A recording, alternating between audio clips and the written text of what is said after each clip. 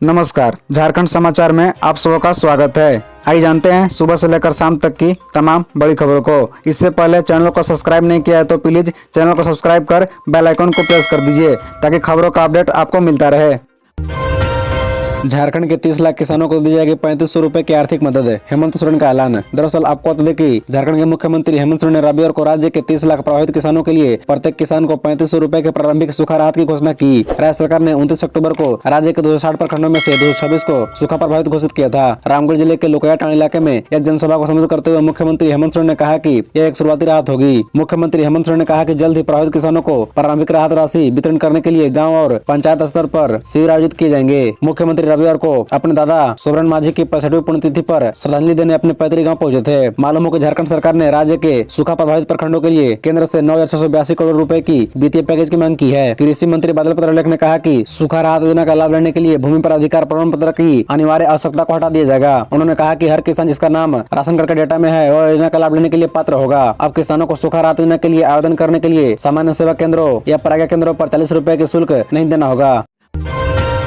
फिर जेल पहुंची पूजा सिंघल। 2 महीने के पूरी जांच के बाद फिट पाई गई पूजा सिंघल। मेडिकल ग्राउंड पर जमानत के लिए भी की थी अपील। दरअसल आपको बता दें कि मनी लॉन्ड्रिंग मामले में आरोपी सस्पेंड आईएएस अधिकारी पूजा सिंघल 2 महीने बाद फिर रांची की बिरसा मुंडा सेंट्रल जेल पहुंच गई। रविवार के शाम पुलिस सुरक्षा के बीच उन्हें रिम्स से होटवार स्थित बिरसा मुंडा सेंट्रल जेल ले जाया गया। 27 सितंबर 2022 को सीने में दर्द की शिकायत के बाद उन्हें रिम्स के पेइंग वार्ड में भर्ती कराया गया था। पूजा सिंघल को 2 महीने के बाद बिरसा मुंडा सेंट्रल जेल में शिफ्ट कर दिया गया है। खराब सेहत का हवाला देकर पूजा सिंघल 2 महीने से रिम्स के पेइंग वार्ड में इलाजरत थी। जमानत के लिए भी अपनी खराब सेहत का उन्होंने हवाला दिया, लेकिन जांच में पूरी तरह वो फिट पाई गई, जिसके बाद उन्हें फिर से जेल में शिफ्ट करा दिया गया। पूजा सिंघल पर खनन और मनी लॉन्ड्रिंग के कई गंभीर मामले दर्ज हैं। इस साल मई के पहले सप्ताह में ईडी ने मनी लॉन्ड्रिंग के आरोप में आईएएस अधिकारी पूजा सिंघल, उनके पति अभिषेक झा, भाई, पति के सीएस सुमन कुमार समेत अन्य लोगों के 5 राज्यों के कुल 23 ठिकानों में छापेमारी की थी। इस छापेमारी में सीएस सुमन कुमार के आवास से करोड़ों रुपए बरामद हुए थे। 11 मई 2022 को पूजा सिंघल को ईडी ने गिरफ्तार किया था। तब से पीएमएलए स्पेशल कोर्ट में मामला चल रहा है। पूजा सिंघल की जमानत के लिए याचिका भी दायर की गई थी, जिसे खारिज कर दिया गया है।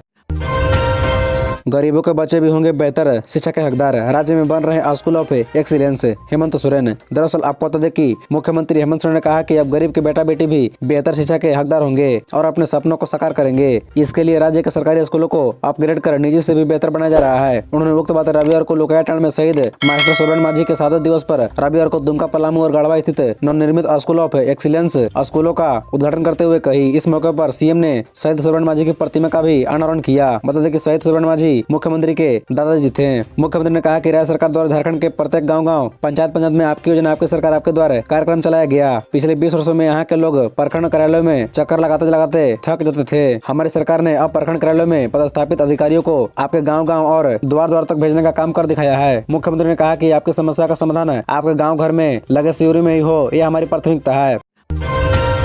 मनी लॉन्ड्रिंग केस में संज्ञान लेगी सरकार। ईडी ने सौंपी विस्तृत जांच रिपोर्ट। दरअसल आपको बता दें कि राज्य में 1 करोड़ से अधिक के अवैध खनन और मनरेगा घोटाले में हुई कमाई की मनी लॉन्ड्रिंग मामले में कई कार्रवाई सामने आई। पहले तो ईडी ने पूरे मामले की रिपोर्ट मंत्रिमंडल सचिवालय और निगरानी विभाग को सौंप दी। अब सरकार इस पर संज्ञान लेकर आगे कार्रवाई करेगी। इधर पूजा सिंघल को रिम्स से डिस्चार्ज कर जेल भेज दिया गया। इसी बीच साहिबगंज पुलिस ने कुछ मामले में मंत्री आलमगीर आलम और बरहेट विधायक प्रतिनिधि पंकज मिश्रा को क्लीन चिट दे दी है। राज्य में 1 करोड़ के अवैध खनन में अर्जित राशि की मनी लॉन्ड्रिंग और मनरेगा घोटाले से जुड़े मामले में ईडी ने विस्तृत रिपोर्ट मंत्रिमंडल सचिवालय और निगरानी विभाग को सौंप दी है। इसकी प्रति मुख्य सचिव सुखदेव सिंह व पुलिस मुख्यालय को भेजी गई है। अब रिपोर्ट की समीक्षा की जा रही है। समीक्षा के आधार पर सरकार मामले में संज्ञान लेगी। हालांकि रिपोर्ट में ईडी ने कोई कार्रवाई करने की अनुशंसा नहीं की है, लेकिन सूत्रों के मुताबिक इस मामले में पीसी एक्ट समेत अन्य धाराओं के तहत केस दर्ज हो सकता है।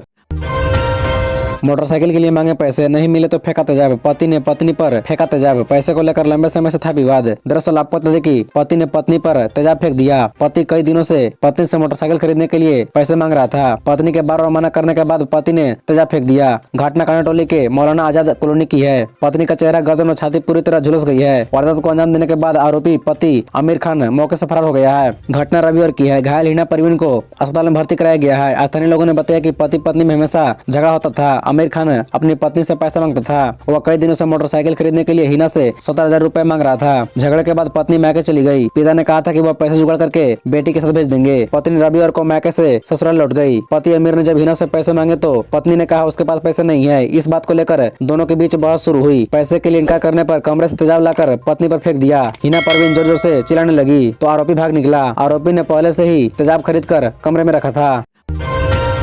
झारखंड में बिजली संकट के कारण 18,000 उद्योग घाटे में, जाने किस प्रमंडल की क्या स्थिति। दरअसल आपको बता दें कि झारखंड में पिछले 2 माह से जारी बिजली कटौती से छोटे बड़े उद्योग अब संकट में हैं। रांची, जमशेदपुर, धनबाद और बोकारो जैसे औद्योगिक शहरों में भी रोजाना 4 से 6 घंटे बिजली कटौती हो रही है। झारखंड के वितरण निगम के इलाके में रोजाना करीब 1300 मेगावाट की डिमांड दर्ज हो रही है, जबकि इसमें से 500 मेगावाट की ही खरीद हो पा रही है। नतीजतन राज्य का 18,000 से अधिक लघु व कुटीर उद्योग जो पूरी तरह बिजली पर आश्रित है, वह संकट में है। बिजली कटौती से इनके व्यापार पर प्रतिकूल असर पड़ रहा है। इन उद्योगों में जनरेटर का इस्तेमाल बढ़ने से उत्पादन लागत 2 से 3 गुना बढ़ गई है। लोग झारखंड के बजाय दूसरे राज्य से उत्पाद खरीद रहे हैं। सिर्फ रांची में ही कोकर, नामकुम, तुपदाना, नगड़ी और माझी सहित अन्य जगहों के 2,000 से अधिक छोटे बड़े उद्योगों में काम जारी रखना अब मुश्किल हो रहा है।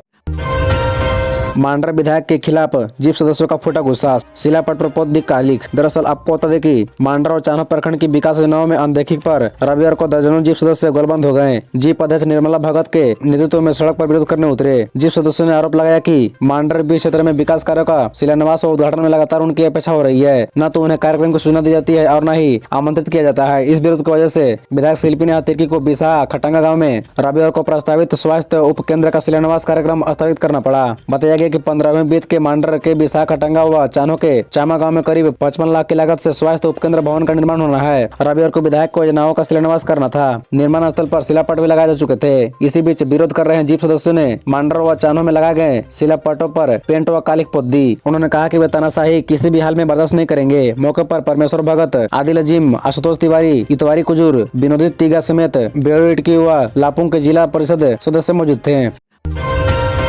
झारखंड में नक्सलियों की कमर टूटी, बूढ़ा पहाड़ पर फिर से मिली विस्फोटक, नक्सली साहित्य और कंडोम बरामद। दरअसल आपको बता दें कि झारखंड में नक्सल उन्मूलन अभियान जोर शोर से चलाया जा रहा है। सुरक्षा बलों को इसमें काफी हद तक सफलता भी मिली है, लेकिन बूढ़ा पहाड़ अभी भी नक्सलियों से मुक्त नहीं हो पाया है। नक्सलियों का गढ़ माने जाने वाला बूढ़ा पहाड़ पर एक बार फिर विस्फोटकों का जखीरा बरामद हुआ है। नक्सली साहित्य भी सुरक्षा बलों के हाथ लगे हैं। बूढ़ा पहाड़ के थलिया गाँव में शनिवार को कोबरा 203 बटालियन और सीआरपीएफ की 172 बटालियन ने संयुक्त रूप से सर्च अभियान चलाया। सर्च ऑपरेशन के दौरान बूढ़ा पहाड़ से विस्फोटक सामग्री के साथ साथ अन्य चीजें भी बरामद हुई है। बताया जा रहा है कि जो सामान बरामद हुआ है, सुरक्षा बलों के डर से माओवादियों ने यहाँ छोड़कर भाग गए हैं। खबरों से जुड़े रहने के लिए चैनल को सब्सक्राइब, वीडियो को लाइक एवं एक दूसरे से शेयर जरूर करें। धन्यवाद।